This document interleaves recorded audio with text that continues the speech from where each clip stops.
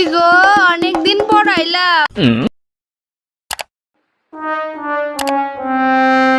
তা তোমরা কেমন আছো? আর তোমরা ছুটকি কই? ওই তো ভালোই আছি। আর ছুটকি কি জানি কই জানি না। আরে আন্টি আইছো নাকি? হুম, আমার লাগে কি আনছো? ওই তো মনা কিছুই আনছি না বুঝছো। আসলে দিদি জানো আইসি যে অনেক টিহা খরচা হয়ে গেছে, পুরো একটি হাই খরচা হয়ে গেছে। একটি হাতে যদি 10 পয়সাও বাঁচতো তাও তোমার লাগে কিছু আনতাম মনে বুঝছো। অনেক গল্প করে বলছি, এখন যাই রান্না করো।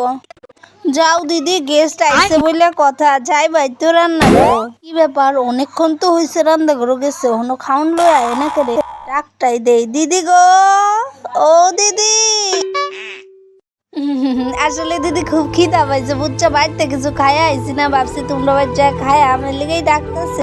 কি খাওয়ার?